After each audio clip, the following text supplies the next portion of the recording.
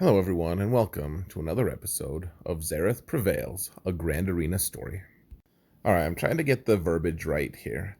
This is the third match of the first round of the current Grand Arena Championships exhibition, which means there's going to be another 3 rounds or groups, and there's going to be 3 matches in each of those for a total of 12 matches to see who can make the Kyber League in the end. So with this current round of 8 people and 3 matches, I've been fortunate enough to win my first 2 bouts. The current Grand Arena matchmaking has really been an interesting change to the way I've been playing my Grand Arenas. All of my opponents have had a considerably larger advantage than me in terms of total geared characters and speed mods. Now, I outspeed their characters a little bit here, but it's kind of dicey. It's really not going to be an easy match at all. If I'm being honest, I'm used to out-modding all of my opponents in each of these rounds, so the fact that all 3 accounts that I've had to face have had better mods than me make me feel a little bit nervous moving into the next round of Grand Arena. My opponent this round had a lot of really non-traditional teams. I don't think I've ever fought against the new Zeta Finn team after his rework, and I've never seen a First Order squad with Bistan in it. That Jedi Knight Revan team is also a little bit of a head-scratcher. It's missing Bastila and a few other mainline characters that go with that team, but it's also really fast, and I'm not used to seeing Jedi Knight Revan on defense anyways. I really wasn't sure who I should use against the Resistance team, and I decided that it would be kind of fun to try the quasi-mirror match using Jedi Training Rey with all of the other staples of my Resistance squad. One wrinkle to this match was that Baze was also here, so he had the pre-taunt, and I wasn't able to do anything like daze any of the other characters, which would potentially be problematic. Theoretically, I'd really like to get daze on Resistance Trooper, just because of how fast he gains turn meter usually. But I'm honestly operating at a deficit as far as knowledge goes. You'll see that I'd put a daze on Scavenger Rey, even though I'd already planned in my head to put daze on Resistance Trooper, as I had said earlier. The goal here is always to get maximum banners, of course, especially in the finals, where I'm almost guaranteed to have a really strong opponent. I'm actually kind of impressed by my opponent's idea here. It isn't necessarily a super strong squad, but I'm inexperienced enough against it that I'm going to either use a squad that's too strong, or I'm going to use a squad that may be ideal, but I'm not practiced at using to counter this kind of squad. I really clearly have my opponent on the ropes here, and there was never really any question of if I was going to win this match. But if I can't draw things out a little bit, I'm going to miss banners because Scavenger Rey and Resistance Trooper are both missing protection, and Baze really couldn't hold for long enough to regrow those protection points on those characters, so unfortunately I had to take the 58 there, which is not ideal against a really subpar squad. Moving into my match against First Order, I had already planned to use Jedi Training Rey against the Resistance squad, and using my own First Order team against this First Order team. I really wasn't sure what to expect from Bistan. Even after reading his kit, I was a little bit confused as to what to expect. It's just hard to know. You see, he has Frenzy there, which means that every single time one of his teammates takes a special action, he gets another turn, so he's going quite often. My opponent was doing a good job of employing uncertainty in all of my matchups. I really wasn't sure what to expect in terms of a First Order squad with Bistan, and I would potentially miss banners if I wasn't careful. My First Order team outsped their First Order team, but would I be able to actually get max banners? In the finals, a lot of times you're really going to want full banners if you're going to expect to win. You can't really count on your finals opponent losing any of their matchups. And really, in any match, that's kind of how you have to approach things. But the level of uncertainty here is such that it's going to be a little bit tricky trying to find the right team to use to counter this First Order team. Luckily for me, after I thought it through a little bit, I knew that I was probably going to be able to run the table against this squad. Only one taunter who was slower than my First Order officer, who could then feed turn meter to my own KRU, who would in turn be able to put a double turn stun on their taunter, would mean I would have free reign to attack whatever characters I wanted throughout the rest of the match, and that's exactly what I did, and I was able to regenerate enough health and protection through buffs that I had gained to be able to get the full 60 banners, which is exactly what we want. Looking at the back row caused a lot of uncertainty in me, which is another really good point in my opponent's favor. A Gear 13 General Grievous is always a scary sight, especially because I don't have a ton of Gear 13 characters to counter them.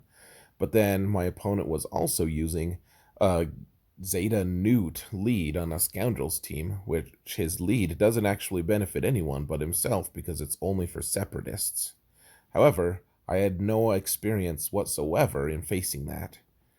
Instead of really focusing on that, I decided to go with the matchup that we all know and love, Imperial troopers fighting Ewoks, in a replay of Episode 6. Replay isn't quite right, and rematch is a little bit strange considering we're fighting on the streets of Coruscant here, but the fact remains that this is a matchup that we all know is relatively simple. Troopers get the full 60 points here every time. I'm actually thinking of experimenting with an undersized squad with troopers against Ewoks just to eke out a couple extra points just in case my opponent starts doing something crazy and pull something out of their hindquarters to take the lead. So all of these characters here are good with Jedi Revan, with the possible exception of Juhani. Juhani, though, is also good because she's a Jedi and Old Republic, so she's adding an extra 10 speed to all of these Jedi characters. I should be clear here.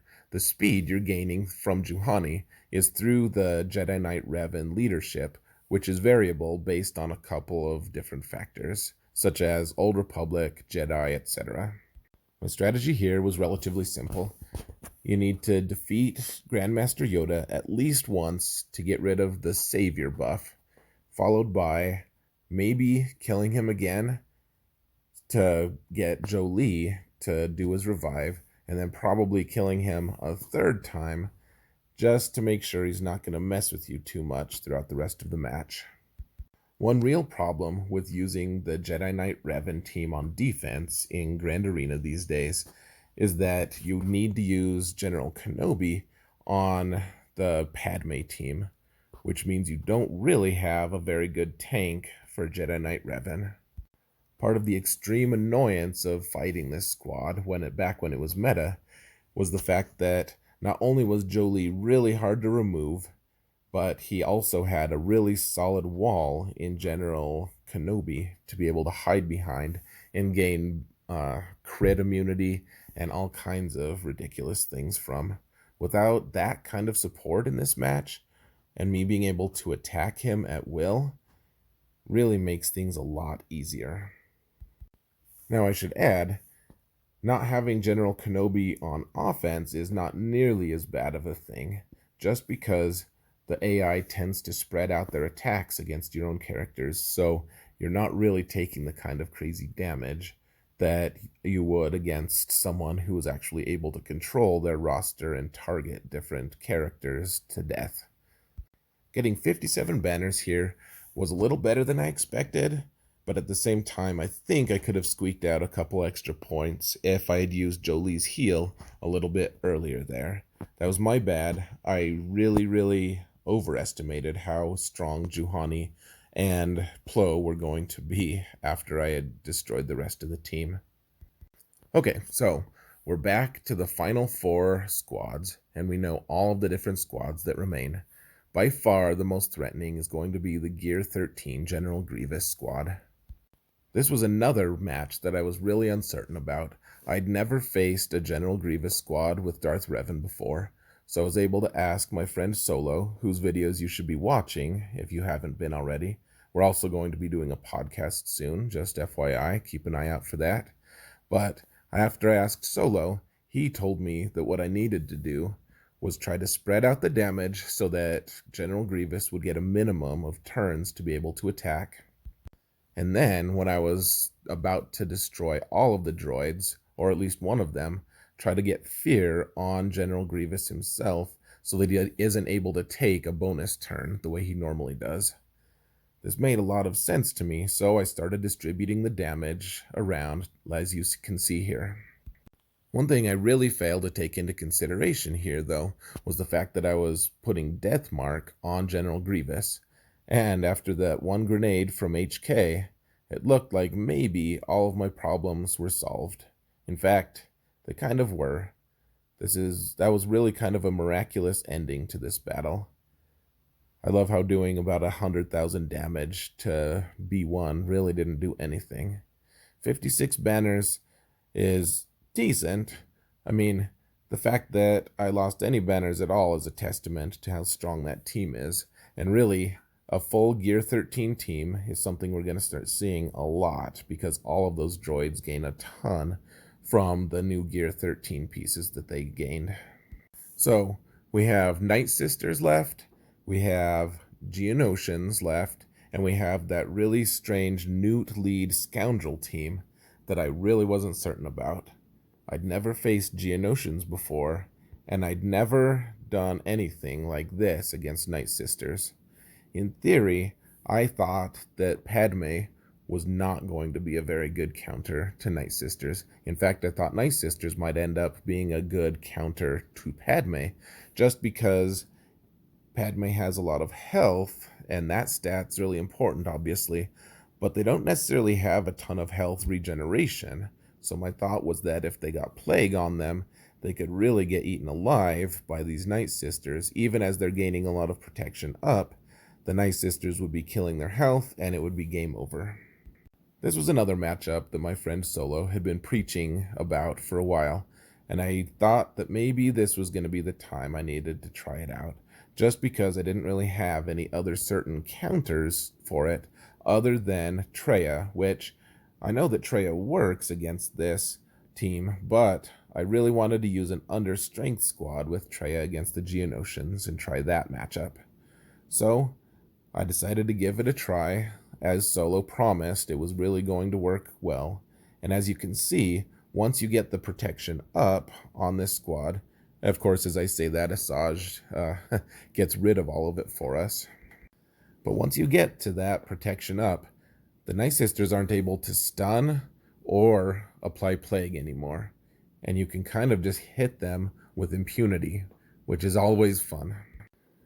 So, because I've shouted out Solo a couple different times in this video, and I really did rely on his advice for a couple matchups, I'm going to link his YouTube channel in the video description on this video here. Go take a look at his stuff. He does the exact same thing as I do with the voiceovers with Grand Arena, and he finds a lot of success in Grand Arena in general. It's part of why we're going to do a podcast together, if I haven't mentioned that already. 59 banners against Night Sisters here was fantastic, and something way better than I would have gotten if I had used a Traya squad to counter them. Speaking of Traya, it was time to try another match that I'd never faced before, a double Zeta Geonosian squad using Traya. Now, the Geonosian squad is really strong, but I'm almost having doubts putting it on defense just because of how powerful Traya is against them. If you put Traya and Sion together against them, you really don't even need Nihilus, as you'll see in a minute here. Traya's leadership punishes characters for taking out-of-turn attacks, among other things, and you can see their health pool start to diminish even as the Geonosians are the ones who are taking all of the attacks. None of my characters are even getting a turn, and really, they don't need to. Look at how low their health is already getting. Nihilus's Annihilate wasn't even that necessary there. I killed the Brute, which is the one guy who can be respawned. Well, once the Alpha is gone, I guess he can't be, which that was my next target. But you can see, really, the Geonosians didn't even scratch this squad, despite being gear 12, all of them. This was a pretty lopsided matchup, and 61 banners was probably a little more than I expected, but I think in the future I'm going to try to use Traya plus Sion on one squad, and then stash Nihilus with like an Emperor Palpatine team or something like that. So this is another really interesting squad here, and I really have to give props to my opponent this round. They came up with a lot of squads that made me feel uncertain, and I really wasn't sure what units to use to counter them. You can see that Kira and Nest are absent, which is really cool because then my opponent can use those as potential tools to face any number of teams that Nest and Kira can solo. I guess it's not really soloing if there's two of them, but once Kira's wiped out, it sure seems like a solo. Which is really kind of messed up in hindsight, due to her affinity, or at least past relationship with Solo himself. Which, to add to the confusion, I was not referring to Solo, the guy who's making YouTube videos and going to do a podcast with me in the future. Alright, let's actually talk about the match here. So, we have two taunting tanks in Zaalbar and L3. We have a reviver with Vandor Chewie. And we have Mission, who's going to, every single time Zaalbar takes a turn, going to shoot as well, which is really frustrating and really hard to deal with because she stealths and is hiding behind two different tanks, and if I kill any of these units, Vandor is primed and ready to revive them, just like you saw L3.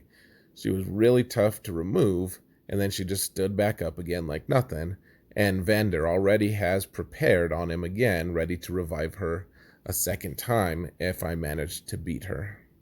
I was really intentional here in bringing bounty hunters because of their ability to negate revives with Jango and Boba. As you can see, I was able to use Jango's special to take out L3, which is huge, because there's not going to be a revive there, and there's one less taunting tank to deal with.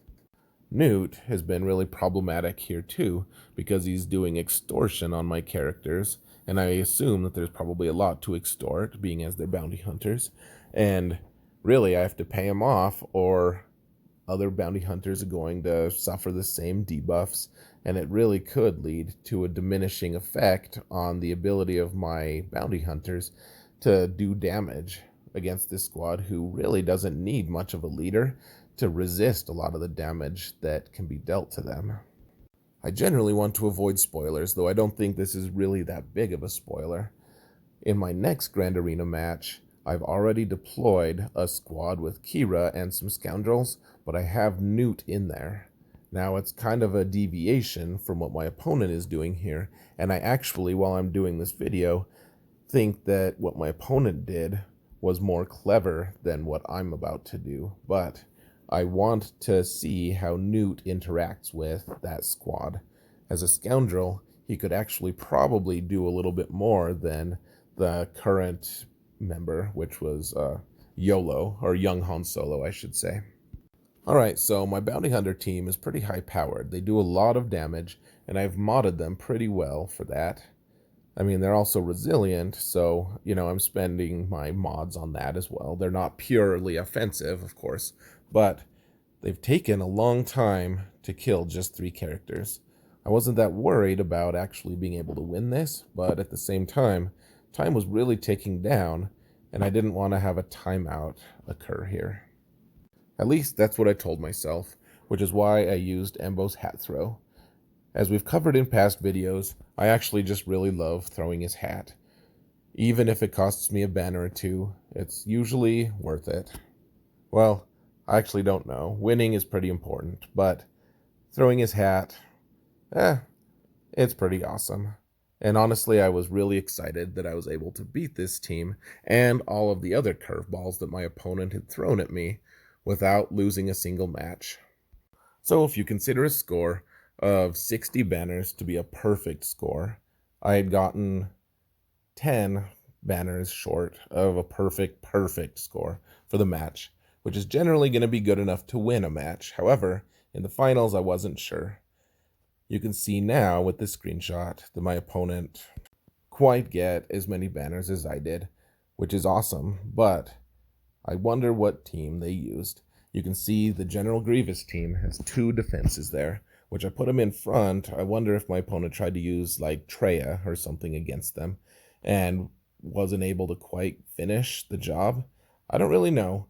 One of my biggest pet peeves about this mode is that we can't see what teams took us out. I would dearly love to know what teams are good against my own team so that I could tinker with my defense just a little bit. And you can see my Kira team there with their traditional only 1 defense. I'm going to take out that YOLO there and put Nute with a Zeta in there. So after all is said and done, I managed to get number 72 in Division 1, which isn't that bad considering there were a lot of things that I could have done to maybe maximize my banners, some feats that I could have gotten that I didn't get. 72, top 100 is a fantastic result, and I'll only be able to build on it in the next couple rounds. This match was honestly one of the most energizing rounds that I've ever had because my opponent used a lot of really unique teams and gave me some really fun ideas that I could apply to my own defenses. Now, if you've listened this far, please, I beg you, stay along for just a little bit more. There are a couple things I want to say. First, I want to point out that you probably noticed that the sound quality hasn't been the absolute best on these recordings. The point being that I've done everything so far from my cell phone, which is actually pretty cool considering that I haven't had to pay a dime to do that yet. However, we're going to be doing a podcast, and podcasts require microphones, so I ordered one recently, and I should be able to start using that for my videos as well. Second, check out my Grand Arena Counters link in the video description along with Solo's YouTube page. They're both going to be really strong resources for you in the future. Finally, I want to point out that future videos are going to start focusing on specific aspects of each Grand Arena and specialize in the different components and decision-making process I make. For instance, I want to look at things like mods, strategy, and tactics for the different matches that I'm doing. And strategy and tactics are distinct, as I'll explain a little bit later. Anyways, this video is probably past due, so I'm going to call it good here. Thank you so much for watching, guys. And remember that in all things, Zareth prevails.